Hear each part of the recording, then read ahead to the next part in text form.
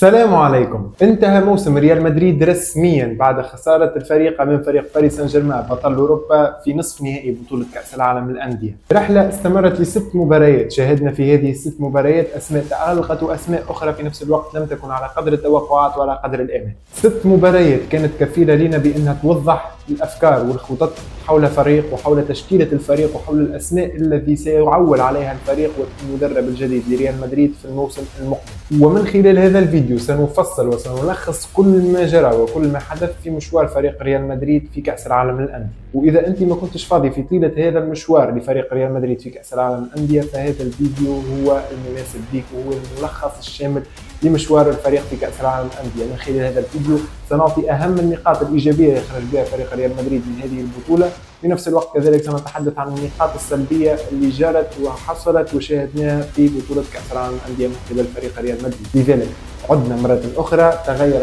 العديد من الأمور، تغير المكان، 17 أو 18 يوم لم أنزل أي فيديو. الآن عدنا مرة أخرى بعد نهاية مشوار فريق ريال مدريد، ولكن كنت حابب إني نعود مرة أخرى وكنت حابب إني ناخذ وقت حتى إني نحضر اللي وصلنا له الآن ونحضر هذا الديكور الجديد اللي نتمنى بانه ينال اعجابكم. لذلك اقل تقدير تنجموا تعاونونا به هو انكم تضعوا زر اللايك وتشتركوا في القناه وتفعلوا جرس التنبيهات وتعطيونا ارائكم واقتراحاتكم على هذه القناه وعلى المحتوى اللي تم تنزيله على هذه القناه. اشترك في الفيديو اذا لم تكن مشترك وفعل جرس التنبيهات ليصلك الجديد اول باول باذن الله. والان خلينا ننطلقوا في رحله فريق ريال مدريد في كاس العالم للانديه.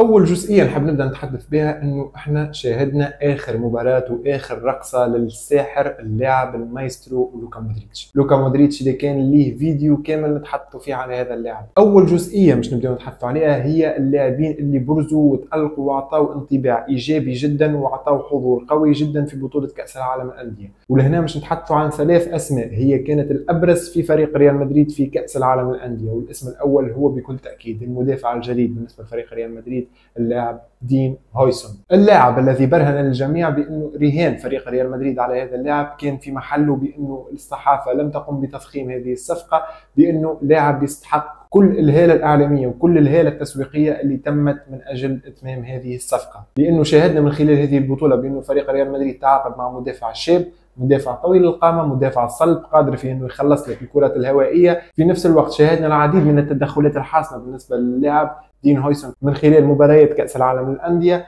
في نفس الوقت كذلك شاهدناه يهدد المرمى بسبب طول القامة اللي يمتلكها في الركنيات اللي يكونوا لفريق ريال مدريد. كذلك شاهدنا بأنه لاعب يمتلك لخصائص قوية جدا وهي بناء اللعب. ريال مدريد كان في الموسم الماضي والموسم ما قبل الماضي، يعني نتحدثوا منذ رحيل راموس وفاران، ريال مدريد لم يكن يمتلك إلى ثنائي دفاعي قادرين في أنهم يبنيوا اللعب ويساهموا في بناء اللعب. فاران كان قوي جدا من هذه الناحيه، في نفس الوقت كذلك سيرجيو راموس كان خزعبلي في هذه الناحيه، بالتالي ريال مدريد غابت عليه هذه الشيء وغابت عليه هذه الخصائص في خط الدفاع منذ رحيل هذا الثنائي. لكن اليوم نشاهدوا في انه دين هويسون لاعب يمتلك قدم ساحره، لاعب يمتلك في نفس الوقت خصائص تمكنه من انه يقوم ويساهم في بناء اللعب وفي البناء من الخلف اللي يحب بانه يوصل له فريق ريال مدريد. بالتالي هذه الصفقه تعتبر صفقه مميزه جدا، واللاعب ظهر بشكل قوي جدا وبرهن بانه فريق ريال مدريد راهن على اللاعب المناسب وقام بالتعاقد المناسب مع هذا اللاعب في هذا الصيف. اما بالنسبه للاسم الثاني فهو بكل تاكيد اللاعب اردا جولير. اردا جولير اللي ظهر بشكل قوي جدا، اردا جولير اللي دي ممكن بانه نقول بانه فريق ريال مدريد وجماهير فريق ريال مدريد هي اكثر سعاده بهذا اللاعب منذ قبل، لانه شاهدنا الظلم الكبير اللي تعرض ليه لهذا اللاعب في الوقت اللي كان فيه خط هجوم فريق ريال مدريد في الموسم الماضي. نتحدث عن فينيسيوس، عن رودريجو، كلها كانت اسماء اوت اوف فورم، كلها كان مستواها نازل جدا في الموسم الماضي. وفي نفس الوقت لم نشاهد بانه انشيلوتي يعطي في فرصه لهذا اللاعب. بالتالي اردا جولير كسب ثقه المدرب، اردا جولير كسب الرهان اللي حطوا عليه المدرب تشابي الونسو. اردا جولير من خلال المركز الجديد اللي تم اختراعه لهذا اللاعب شاهدنا لاعب متحرر، شاهدنا لاعب مبدع في خط وسط الميدان، شاهدنا لاعب ينقل الكرة بشكل اسرع من جود بيلينغهام، شاهدنا اللاعب يقوم بتمريرات قويه جدا، شاهدنا اللاعب يهدد في المرمى في اكثر من مناسبه. في نفس الوقت اللاعب كذلك يمتلك تمريرات عرضيه وركنيات ولا اروع ولا اجمل، قادره فيها تعوض ليك رحيل توني كروس ولوكا مودريتش عن تنظيف الكرات الثابته. كذلك لاحظنا من خلال المباريات الماضيه اللي لعب فيها أردا جولير بأن الفريق يلعب بشكل افضل، وهذا اللي كان قاله وصرح به تشابي الونسو. اللاعب كان ملتزم جدا تكتيكيا، اللاعب كان حاضر جدا بدنيا من خلال هذه المنافسه اللي هي كاس العالم للانديه، لانه شاهدنا بانه اللاعب دائما يحاول بانه يفتك الكره بشكل اسرع، وهذا اللي شاهدناه من خلال فريق ريال مدريد بعيدا عن المباراه الاخيره اللي هي مباراه باريس سان جيرمان، الا انه شاهدنا فكره جديده وهي محاوله استرجاع الكره بشكل سريع جدا، وهذا الشيء يطبق فيه اللاعب أردا جولير من خلال الضغط العالي اللي سلطوا على المنافسين حتى انهم لا يقومون باخراج الكره. صوتي ضاع، لحظه رجعوها ونرجع. اللاعب الثالث بكل تاكيد هو المهاجم غونزالو غارسيا. غونزالو غارسيا الذي ظهر من العدم وساعد فريق ريال مدريد في كاس العالم للانديه حتى انه يصل الى نصف النهائي من خلال مساهمته في تسجيل 5 اهداف. نتحدث عن مساهمة تهديفية أو مساهمة هجومية قوية جدا بالنسبة للاعب لم يكن يلعب ولم يكن يحلم بأنه يلعب مع فريق ريال مدريد في هذه البطولة، إلا أنه راهن عليه مثل ما راهن على البقية تشابي الونسو، إلا أنه هذا الرهان كان في محله، إلا أنه هذا اللاعب اكتشفنا بأنه ريال مدريد يمتلك مهاجم قناص، مهاجم قادر في أنه يخلص لك الأهداف وقادر في أنه يخلص لك الأهداف، مهاجم سيغنيك عن التعاقد مع أي مهاجم آخر كان ممكن بأنك تفكر تتعاقد معه من خلال هذا الصيف. بالتالي أندريك مكانه في خطر، ونتصور بأنه في الأسابيع المقبلة أو في الأيام القليلة المقبلة مش نبدأ نسمع حول إمكانية خروج أندريك على سبيل الإعارة كأقل تقدير. في نفس الوقت كذلك كما قلنا غونزالو غارسيا ثبت بأنه لاعب سيكون حاضر في الموسم المقبل من خلال تصريحات المدرب تشابي الونسو. تشابي الونسو أقر بأنه غونزالو غارسيا سيكون لديه مكان مهم جدا وسيكون لديه مهمة جدا في الموسم المقبل مع فريق ريال مدريد. بالتالي خلينا ننتظر ماذا سيحدث في الموسم المقبل وبأي وجه وبأي قوة سيظهر هذا المهاجم، لأنه فريق ريال مدريد في حاجة إلى هذا الجوع وفي حاجة إلى من يحيي الركود الموجود في خط هجوم فريق ريال مدريد، وهذا الشيء سيحدث لا محالة مع المدرب تشابي الونسو لأن كلنا ثقة بهذا المدرب. تحدثنا عن الإيجابيات، كذلك في نفس الوقت ممكن شاهدنا كذلك من تشواميني أداء مقبول، فران غارسيا في بعض الأحيان ظهر بشكل مقبول، جود بيلينغهام يعني العادي، وفالفيردي بكل تأكيد يعني هذا اللاعب هو يقيمنا مش احنا نقيموه، الفائده انه هو يكون راضي على الشيء اللي احنا نعمله فيه ونقدمه فيه، فهمت؟ لانه في الاخير فيدريكو فالفيردي تعرف قائد فريق ريال مدريد الجديد في غياب كارفاخال، هو اللي ماكلنا، هو اللي ملبسنا، هو اللي مقلعنا. اما بالنسبه للاعبين اللي خذلوا جماهير فريق ريال مدريد وبرزوا ولكن بشكل سيء، تحدثنا عن اللاعبين اللي برزوا بشكل ايجابي واعطونا انطباع ايجابي. في نفس الوقت كذلك هنالك العديد من اللاعبين في فريق ريال مدريد اللي في كأس العالم للأندية هذه كانت لهم الفرصة في أنهم يدمروا كل ما فعلوه في الماضي. أولا وعلى رأس القائمة اللاعب التاريخي راؤول سيرجيو راموس أسينسيو. اللاعب هذا انهى مسيرته قبل ما يبداها. اللاعب هذا كنا نتحدث عليه في انه خليفه راموس، ولكن من الواضح بانه جاب خليفه راموس، يعني جاب كارير راموس ومسيره راموس لكن في اخرها. ممكن بالحق نلوم كثيرا جماهير فريق ريال مدريد في ان ضخمنا هذا اللاعب كثيرا في الموسم الماضي، وفي نفس الوقت هو اللاعب استحق التضخيم هذايا، لانه اللاعب كان تشاهدوا بانه لاعب رزين جدا، لاعب قوي جدا على المستوى البدني، تدخلاته دائما ما تكون مدروسه، شاهدنا بانه من المدافعين المكارين في التدخلات اللي يقوم بها، ولكن شاهدنا من خلال كأس العالم للأندية بأنه هذا اللاعب هو لاعب غشيم. هذا اللاعب صعب من مأمورية فريق ريال مدريد في العديد من المناسبات. هذا اللاعب لم يكن حاضر بشكل قوي مثل ما عهدناه في الموسم الماضي. هذا اللاعب دمر فريق ريال مدريد في مباراة باريس سان جيرمان من خلال انه حاول بانه يروض الكرة من عثمان ديمبلي في منطقة الجزاء. في منطقة الجزاء يحاول بانه صدقوني التو وقت اللي نتذكر اللقطة بالحق روديجر حاجة راؤول اسينسيو. لذلك كما قلنا كان من المهم جدا بانه يكون هذا اللاعب هو على رأس القائمة وعلى رأس قائمة الأسوأ بين لاعبين فريق ريال مدريد في كأس العالم للأندية. اللاعب لم يظهر بشكل جيد، ومتأكد بأنه هذا اللاعب سيكون لديه صيف سيء جدا. هي كذلك يعني الصيف لن يطول كثيرا على هذا اللاعب، ولكن سيكون لديه صيف وسيكون لديه عطلة صعبة جدا حتى أنه يراجع فيها الأخطاء اللي ارتكبها، وحتى أنه يعود مرة أخرى للمنافسة على مقعد يأهله لأنه يلعب في فريق ريال مدريد في التشكيلة الأساسية. لأنه الآن احنا اكتشفنا بأنه دين هويسون ضامن بشكل كبير بأنه يلعب في التشكيلة الأساسية في الموسم المقبل. كذلك من المؤكد بانه نشاهدوا ثنائيه بين دين هويسون وفي نفس الوقت ايدير ميليتاو، واللي ظهر بشكل قوي جدا في اللحظات اللي عاد فيها بعد الاصابه. وايدير ميليتاو لاعب قوي جدا ولاعب ذكي جدا، بالتالي من الصعب جدا بانه بعد ما ياخذ المكانه الاساسيه في الموسم المقبل انه يفرط في هذه المكانه، لانه لاعب ما يغلطش برشا، لاعب قوي جدا وما يغلطش برشا بنفس القدر اللي ممكن بانه يغلط به روديجير او راول اسينسيو. اللاعب الثاني فينيسيوس جونيور، لم يتغير اي شيء في مستوى هذا اللاعب لم يتغير في مستواه اي شيء، لم يقم باي اضافه مما كان يقدم فيها في الموسم الماضي. فينيسيوس قدم موسم سيء جدا وقدم كأس عالم أسوأ من الموسم اللي قدمه.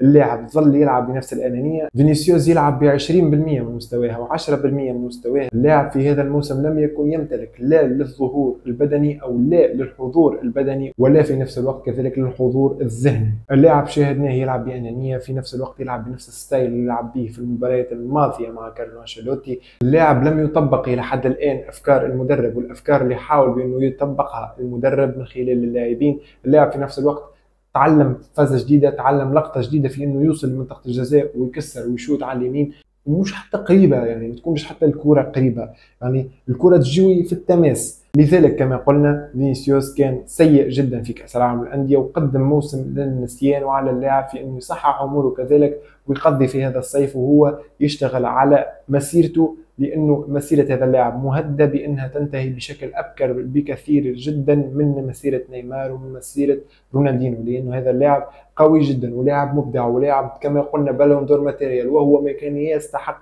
بطوله البالون دور قبل موسمين، ولكن هذا اللاعب في هذا الموسم لم يكن يستحق اي شيء. هذا اللاعب لا يستحق كذلك بانك تدعمه او انك تقف مع هذا اللاعب، لانه لم يقدم اي شيء بالنسبه للجماهير تخليها بانها تقول بانه هذا اللاعب والله ممكن بينا نسامحوه، ممكن بينا نغفروا له، لانه هذا اللاعب لم يتلقى اصابات، لانه الاداره موفره كذلك كل الظروف الملائمه لهذا اللاعب من اجل انه يكون حاضر مع فريق ريال مدريد ومن اجل بانه يبرز مع فريق ريال مدريد. الاداره قامت بافضل الاشياء، يعني تصور انت اداره فريق ريال مدريد غابت عن حفل البالون دور لانه اللاعب لن يتوج. باش تعرف لماذا فريق ريال مدريد وكيف فريق ريال مدريد ساهم ودعم مع هذا اللاعب ودعم فكره انه بالون دور يجب بان تكون للاعب فينيسيوس. في الاخير تظهر بمثل هكذا مستوى، تظهر بمثل هكذا اداء، هذا شيء مخزي ومخجل جدا على فينيسيوس وعلى اللاعب كما قلنا ان يصحح اخطائه، لانه سهل برشا الان بانك تشاهد فينيسيوس على الدكه ومبابي يلعب على اليسار وغونزالو غارسيا يلعب كمهاجم، بالتالي مكان فينيسيوس مهدد، وهذا الشيء لمسناه من خلال تغيير وتعمد تشابي الونسو لاخراج فينيسيوس في جميع المباريات اللي شاركنا فيها في بطوله كاس العالم للانديه. تقريبا فينيسيوس لن يلعب ولم يلعب اي نصف ساعه في مباريات كاس العالم للانديه النصف ساعه الاخيره. ننتقل للجزئيه الاهم الان، وهي جزئيه المدرب تشابي الونسو، الميستر تابي الونسو. شوفوا نبداو منذ المباراة الأولى، وهذا الشيء اللي كنت تحدثت عليه في آخر فيديو نزلته عن مباراة الهلال والريال. هل أنت وقت اللي شاهدت مباراة الريال والهلال كنت تلاحظ أو كنت تشوف في إنه الريال غير المدرب؟ هل كنت تلاحظ بإنه فريق ريال مدريد غير كارلو أنشيلوتي؟ لا وألف لا. وهذا الشيء بالمناسبة كان أكدو تيبو كورتوا، لأنه قال بأن احنا ما زلنا نلعب بنفس الخصائص وبنفس العقلية اللي كنا نلعب بها تحت القيادة الفنية لكارلو أنشيلوتي. لكن مع تقدم فريق ريال مدريد في هذه المناسبة، يعني منذ مباراة باتشوكا ومن ثم كذلك مباراة سالزبورغ ودورتموند ويوفنتوس، كل هذه المباريات شاهدنا فيها فريق ريال مدريد يتحسن من مباراة إلى أخرى، شاهدنا فيها فريق يحاول بأنه يستخلص الكرة في أقصى وأقل وقت ممكن، شاهدنا فريق جيعان من أجل أنه يفتك الكرة، شاهدنا فريق يسيطر على المباراة بالطول والعرض، شاهدنا في نفس الوقت كذلك أفكار جديدة، شاهدنا تناغم بدا يظهر بين اللاعبين، شاهدنا كذلك في نفس الوقت حضور ذهني قوي جدا من لاعبي خط الوسط، شاهدنا كذلك في نفس الوقت أفكار جديدة طرحت من خلال هذا المدرب، وهي فكرة أنه أردا جولير يلعب كلاعب خط وسط، شاهدنا كذلك بروز لاعبين لم نكن نحتسب انهم لاعبين في فريق ريال مدريد مثل غونزالو غارسيا، شاهدنا الفريق من مباراة الى اخرى بدا يتحسن في مسألة الخروج بالكرة والبناء من الخلف. المباراة الاخيرة اللي خسر فيها فريق ريال مدريد والمدرب تشابي الونسو امام فريق باريس سان جيرمان لا يمكن بانك تعتبرها كمقياس بالنسبة المدرب تشابي الونسو. هذا يمكن انك تعتبره مقياس لمستوى الفريق ككل، لانه لا يمكن بانك تطالب من مدرب يلعب امام بطل اوروبا، يلعب امام بطل اوروبا اللي انتصر على فريق الانتر بخماسيه، يلعب امام فريق باريس سان جيرمان المدجج بالنجوم، يلعب امام مشروع ابتدأ منذ موسمين، يلعب في القيادة الفنية لفريق يدربه منذ 6 مباريات في انه يعود في نتيجة المباراة في الشوط الثاني بعد ما تأخر ب3 أهداف امام بطل اوروبا. لا يمكن بانه يحدث هذا الشيء، ولا يمكن بانك تحمل مسؤولية الخسارة هذه للمدرب، لانك شاهدت بانه بعد 10 دقائق من هذه المباراة وبعد 10 دقائق من انطلاق هذه المباراة شاهدت بانه فريق ريال مدريد تلقى هدفين بنفس الخطأ، أخطاء بدائية من خط دفاع فريق ريال مدريد. هذا لا يعتبر ولا يمكن بنا نعتبره تابع تنظيم الخط الدفاعي، هذا يعتبر خطأ فردي فادح كلف الفريق في انه يغادر بطولة كأس العالم للأندية. وهذا اللي كان أكدوا تيبو كورتوا في انه قال بانه آسفين للمدرب لأن لم نطبق أي حرف من اللي قالوا علينا. يعني أنت تقريبا المباراة تغيرت، والمباراة تغير السيناريو نتاع المباراة منذ أن ارتكب فريق ريال مدريد الخطأين الاثنين في 10 دقائق فقط. ثاني حاجة نحب نتحدث فيها على مسألة تشابي ألونسو وعلى المدرب تشابي ألونسو هي مسألة القرارات الجريئة والقوية اللي اتخذها من خلال كأس العالم للأندية وفي كأس العالم للأندية. مسألة رودريغو اللي تحولت حديث الساعة في كأس العالم للأندية بالنسبة للاعبين فريق ريال مدريد وإلى غرفة ملابس فريق ريال مدريد. شاهدنا بأن المدرب تشابي ألونسو لم يعتمد على رودريغو منذ مباراة الافتتاحية أمام فريق الهلال. رودريغو لم يلعب أي دقيقة في آخر 5 مباريات بالنسبة لفريق ريال مدريد. رودريغو لم يشارك في أي مباراة. رودريغو في نفس الوقت اللاعب كذلك تقريبا يحسك في كل مباراة وفي كل يوم بمباراة بأنه سيكون لاعب أساسي وسيكون لاعب حاسم من خلال الأشياء اللي نزلها على المباراة وعلى ما قبل المباراة. لكن واضح بشكل كلي بأنه فريق ريال مدريد سيستغني عن خدمات هذا اللاعب وسيكون خارج خطط المدرب تشابي ألونسو. وهذا اللي كانت أكدته اليوم صحيفة الماركا من خلال أنها قالت وصرحت بأنه فريق ريال مدريد أخبر رودريغو ووكيل أعماله بأنه اللاعب إذا أراد الرحيل فليرحل، وهذا ما سيكون عليه في الموسم المقبل إذا ظل مع النادي. ثانيا كذلك من ضمن القرارات اللي اتخذها تشابي ألونسو في هذه البطولة هو قرارات التغييرات اللي يقوم بها من خلال المباراة. شوف آخر مباراة الفريق كان قريب جدا من انه يغادر، المدرب لاحظ بانه هذه المباراة ليست مباراة فريق ريال مدريد، هذه المباراة هي من اولها لاخرها مباراة لباريس سان جيرمان، بالتالي قام باقحام اللاعب لوكا مودريتش ولوكاس فاسكيز وداني كارفاخال وميليتاو، كل هذه الاسماء من اجل بانها تشارك في اخر مباراة. لوكا مودريتش من اجل انه يودع جماهير فريق ريال مدريد لفقد لوكاس فاسكيز. في نفس الوقت كذلك شاهدنا عودة اللاعب داني كارفاخال من الإصابة، وفي نفس الوقت كذلك شاهدنا اللاعب إيدر ميليتاو. هذه التغييرات خليها على جنب لأنها ليست قرارات ولا يمكن بأن نعتبرها ضمن القرارات، ولن تؤثر على سير المباراة بأي طريقة ممكنة وبأي شكل ممكن. لكن من الحاجات اللي نحب نتحدث عليها هم تغييرين اثنين. تغيير فينيسيوس في كل مباراة. هل أنت كمشاهد لفريق ريال مدريد في آخر 3 مواسم شاهدت بأنه أنشيلوتي يغير ويقوم بإخراج اللاعب فينيسيوس قبل ما نوصلوا للدقيقة 85-87؟ بالله عليك هل شاهدت بأنه فينيسيوس يتم إخراجه بشكل متعمد في 4 مباريات متتالية بنفس الطريقة وتقريبا في نفس الوقت؟ هذا يعطيك بأنه المدرب سيعامل اللاعبين الكل سواسية. أنا لا يمتلك أي لاعب عندي كريدت يمكن بأني نحتسب له وقت زائد عن زميله لأنه لم يقدم مستوى مطلوب. اللاعب إذا لم يظهر بشكل قوي، إذا لم يعطي الإضافة في هذه المباراة سيتم إخراجه، سيتم حتى على الدكة في المباراة المقبلة، وهذا شيء قوي جدا ويعطي إثارة قوية جدا بأنه شوفوا نجم الفريق ويخرج ولا يمكن بأنه يتكلم أي كلمة أمام تشابي ألونسو، لأنه المدرب واضح بأنه صارم جدا مع اللاعبين، واضح كذلك بأنه هذه الفكرة أقنع بها اللاعبين قبل ما يقنع بها نفسه وقبل ما يتخذ مثل هكذا قرارات. كذلك من الحاجات اللي نحب نتحدث عليها من ضمن التغييرات كذلك هي عدم إقحام كيليان مبابي بشكل أساسي منذ أن عاد بعد الإصابة، وعدم إخراج اللاعب غونزالو غارسيا والإصرار على البدء بغونزالو غارسيا بعد عودة كيليان مبابي أمام فريق باريس سان جيرمان.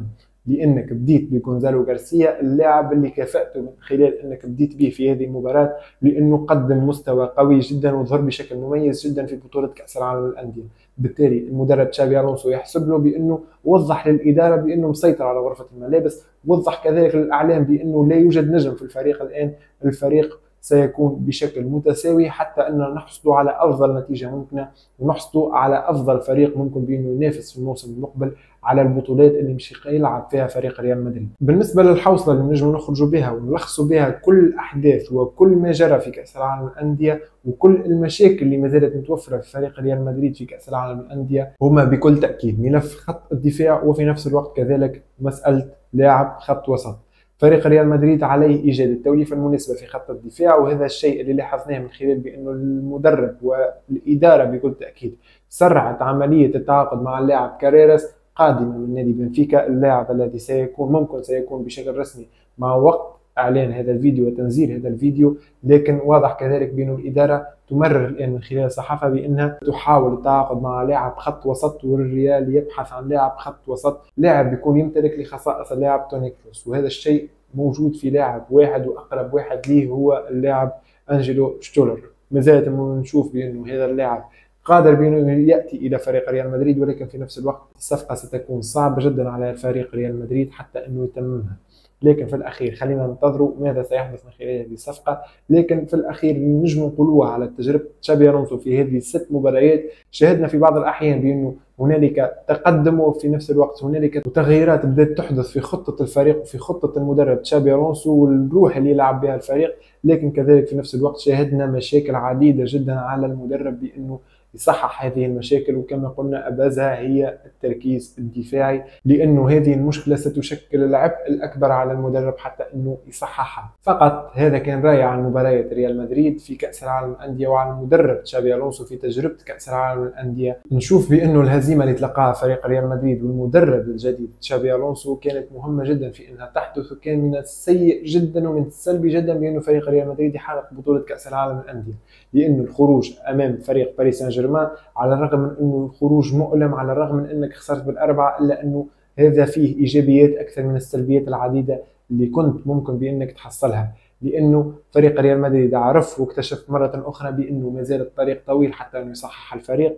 تشابي الونسو تأكد الآن بأنه الفريق ما زال يمتلك العديد من النواقص يجب بأنه يتم تصحيحها في هذا الفريق ويتم التعاقد معها في هذا الفريق حتى أنه ينافس فريق ريال مدريد بأفضل شكل ممكن في الموسم المقبل. وإذا أنت وصلت للمرحلة هذه من الفيديو لا تنسى بكل تأكيد أنك تشترك في القناة، لأنه هذا المكان نحب نوصلوا فيه إلى أول حاجة 1000 مشترك، ومن بعد 5000 مشترك، ومن بعد 10000 مشترك، ومن بعد 50000 مشترك، ومن بعد بإذن الله 100000 مشترك، لأنه مكانه حاضر حتى أنه يجي هذا الدرع. متى ستطول وكم ستطول هذه المدة حتى أنه نوصل لمرحلة 100000؟ وهل ممكن كذلك في نفس الوقت أنه يا رب يكتب لنا عمر ونوصلوا إلى مرحلة أنه يكون عندنا 100000 مشترك في هذه القناة؟